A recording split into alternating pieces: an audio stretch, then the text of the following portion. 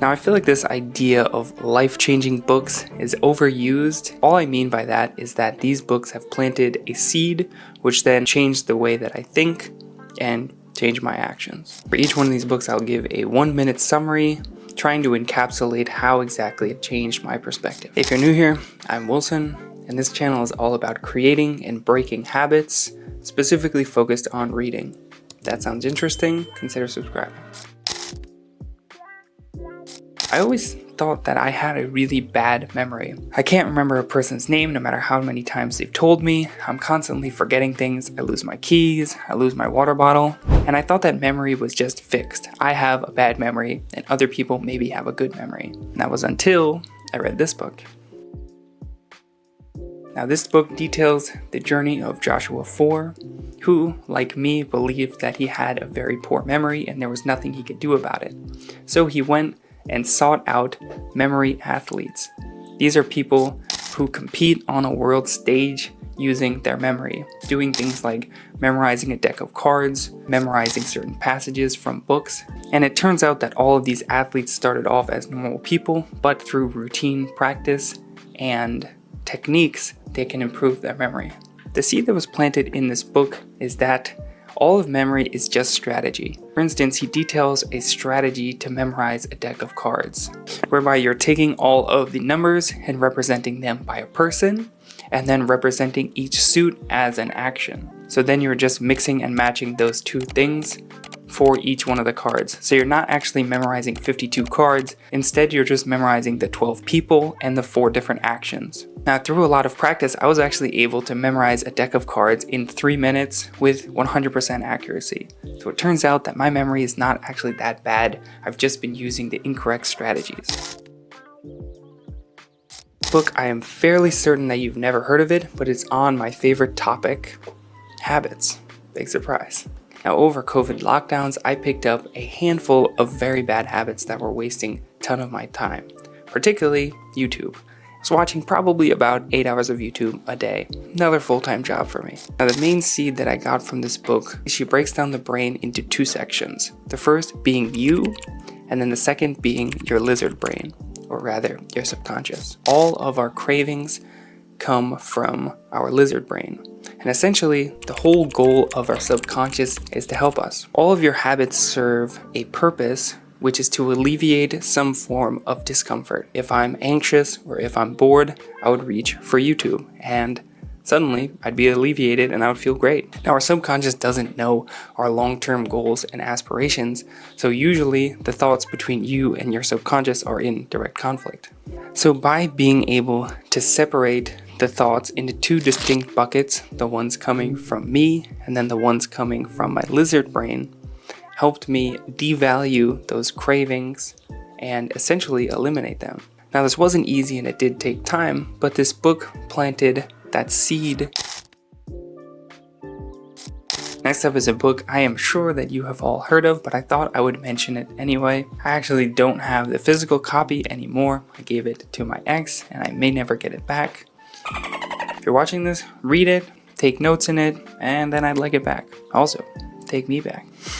Why We Sleep by Matthew Walker. The seed planted in this book was the importance of sleep and how most of the time if we're not functioning to our highest capacity, if we're not gaining muscle, if we can't focus, it can usually be attributed to our sleep. So I started to make sleep the top priority, and I now care very deeply about my sleep schedule and general sleep hygiene. Next up, I've talked about this book before and I will talk about it again. It's my favorite book of all time. I liked it so much that I actually rewrote the book word for word.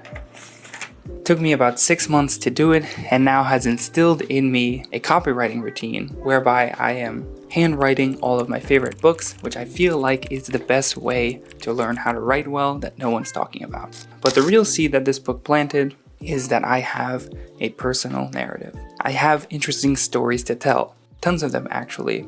Just previously I hadn't been capturing them. And if I had captured them, I probably wasn't telling them effectively. Now if you haven't guessed it by now, the book is Storyworthy by Matthew Dix. In this book he recommended homework for life, whereby at the end of the day you write 1 sentence that made this day memorable. Then you can go back and look over all of these entries and see which one of them you can expand into a full story using the storytelling tips and techniques that he presents in the book. Now, if you like these book summaries and would like more of them, I'm actually very happy to announce that my small channel of 6 subscribers has our first partner. I still can't believe it, and this is a product that I've used extensively in the past, Shortform, which offers high quality book summaries across many different genres. Currently, I use their platform before making any book buying decisions. If I'm not interested in the summary, then I probably won't be interested in the book itself, and this saves me a massive amount of time. And if I want a refresher on a book that I've read in the past, I can easily pop on my headphones and listen to the audio version of the book summary while I'm on the train. If you're interested and would like to support the channel, check out the link in the description where you can get 20% off an annual subscription and a free trial. Again, thank you, Shortform. Next up is a bit of a more niche one, Designing the Mind, The Principles of Psychitexture by Ryan Bush.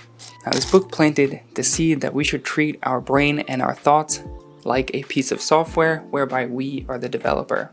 So understanding where these thoughts come from and how can we go about rewriting the ones that we don't like. Now, after reading this book, I realized that I have a lot of gut reactions and subconscious thoughts that I never even realized.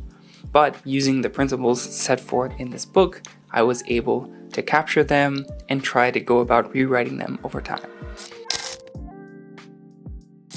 So this is a book I actually finished yesterday and did not plan to put it in this video, but I thought it was so good that I had to include it. Now, going into this book, I thought it was just a biography of a very famous cartoonist, Scott Adams. He created the comic strip Dilbert, which you've probably heard of because it's in every majorly published newspaper in the world. How to fail at almost everything and still win big.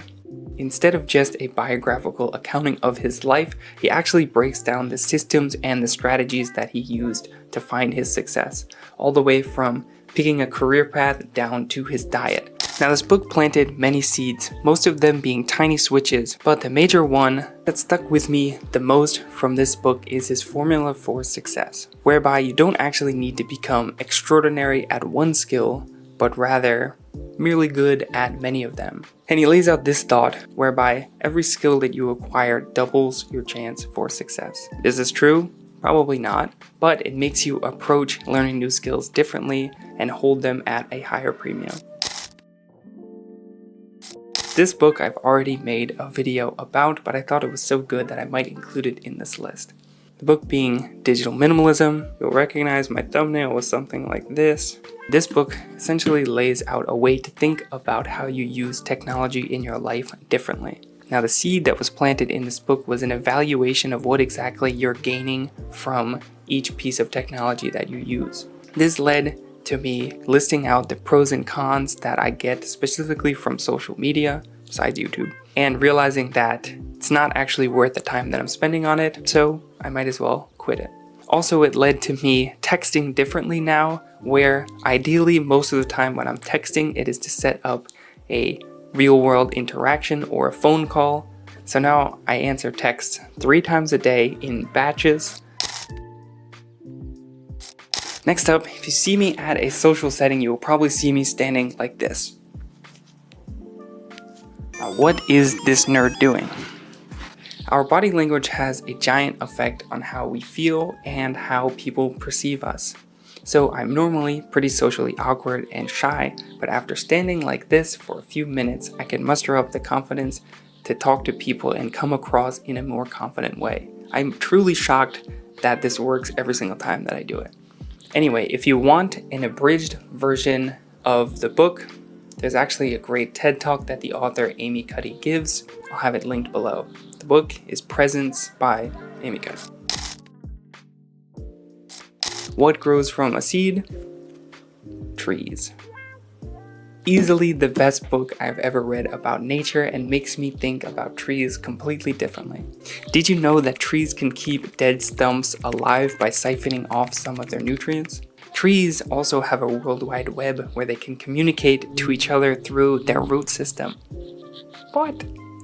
Also, there are more forms of life in one handful of dirt than there are humans on the planet. What? Alrighty. Last but not least, this book is maybe the sole reason why I'm sitting here talking to a camera in my bedroom. Show Your Work by Austin Kleon. The main premise of this book is that you don't need to be an expert to share your knowledge. And if anything, people actually gain more if you are 1 or 2 steps ahead of them than if you are 10 years into the journey. People want to see progress and they want to learn alongside you. Also, this book has great artwork and is an extremely fast read. There are 3 books in the series actually. Each one of them is detailing a pain point for creatives. The first one being Show Your Work, where how can we share what we're doing. The second being Steal Like an Artist, which details how can we get more ideas. And then the third one being Keep Going. How can we go about this in a structured way to make sure that we're doing it for the long term. All 3 of them are fantastic. Maybe will take you an hour each. I highly recommend them. Now I hope these books have inspired you maybe to read more. Now if you would like a more structured way to figure out how to build the habit of reading, check out this video. And if you would like more book summaries, check out the short form link in the description. Thanks for watching. Bye.